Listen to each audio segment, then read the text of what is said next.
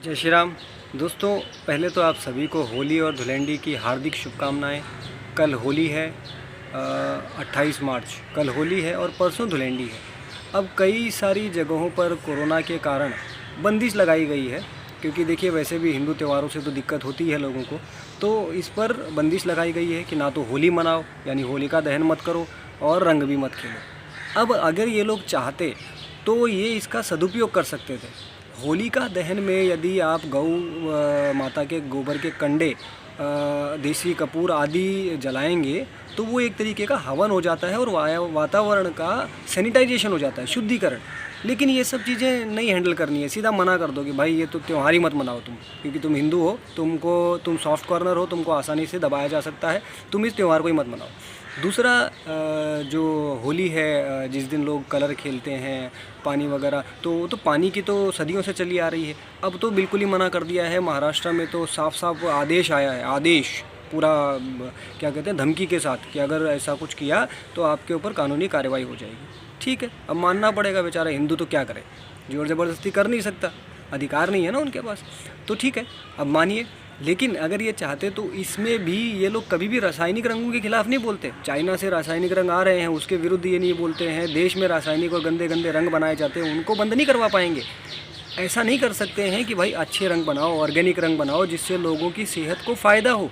जैसे कि अगर आप देखें तो पहले के लोग, या फिर पलाश के पत्तों के रंग आते हैं, फूल के पत्तों के रंग आते हैं, घर में हल्दी है, ये बेसन और हल्दी को मिला लेंगे तो पीला रंग बन जाएगा।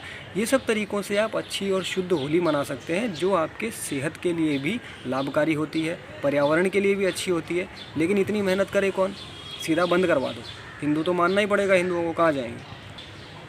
अब मेरा आप सभी से ये निवेदन है कि अगर आप ओपन में, खुले में, जिन राज्यों में बंदिश लगाई गई है वहाँ नहीं मना सकते हैं, तो फिर भी मैं आप सबसे निवेदन करूंगा कि होली ज़रूर मनाएं। घर में ही भले ही तो 2-4 गौ माता के, देसी गौ माता के कंडे प्रज्वलित करके उससे होली का दहन करें। इससे क्या होगा कि अगर हम सभी लोग ये काम करेंगे तो पर्यावरण को इसका बहुत फ़ायदा होगा, जीवाणुओं विषाणुओं का नाश होगा। मौसम बदल रहा है, इसमें भी ये लाभकारी होता है। इसके अलावा आप घर में ही अपने परिजनों के साथ, अपने जान पहचान, अपने रिश्तेदारों के साथ में जब होली खेलें तो रासायनिक रंगों का कभी यूज़ नहीं करें, बल्कि घर में ही रंग बनाएं। जैसे मैंने बताया कि बेसन, मुल्तानी मिट्टी, हल्दी, इनको अगर मिक्स करके आप रंग बनाते हैं तो ये बहुत ही बढ़िया रंग बनता है, जो आपकी सेहत के लिए भी हितकारी है। क्योंकि हल्दी तो एक तरीके से एंटीबायोटिक है, आप सबको पता है, और बेसन का कोई दुष्परिणाम तो होना नहीं है, और मुल्तानी मिट्टी वैसे ही शरीर पे लगाई जाती है। ठीक है, तो इस तरीके से कई तरीके के रंग आप बना सकते हैं। जैसे आंवले के पानी को अगर लोहे की किसी बर्तन में रख दो रात भर, तो सुबह तक काला रंग बन जाएगा। पलाश के फूलों के पत्तों का रंग मैंने बताया, गुलाल बनता है। तो आप इस तरीके से होली भी मनाएं, धुलेंडी भी मनाएं। आप ओपन में, खुले में, सार्वजनिक में नहीं मना सकते तो कम से कम अपने घर में ज़रूर मनाएं। इससे कई लाभ हैं। इससे आप जीवाणुओं विषाणुओं से भी बचेंगे और आपका त्यौहार, आपकी परंपराएं भी जागरूक रहेंगी, जिसे ख़त्म करने का सदियों से प्रयास चल रहा है। आशा है आप सब इस वीडियो को समझेंगे और इसे फैलाएंगे भी, और आप होली धुलेंडी भी नियमों के अनुसार मनाएंगे। हम नहीं कहते कि नियम तोड़िए, अब जो नियम लगाए हैं वो तो मानने पड़ेंगे, पालन भी करना है, क्योंकि हम तो राष्ट्रवादी हैं, राष्ट्र प्रेमी हैं। तो जो भी नियम हम पर लागू होंगे हम उसके अनुसार ही काम करेंगे। लेकिन हम त्यौहार ज़रूर मनाएंगे।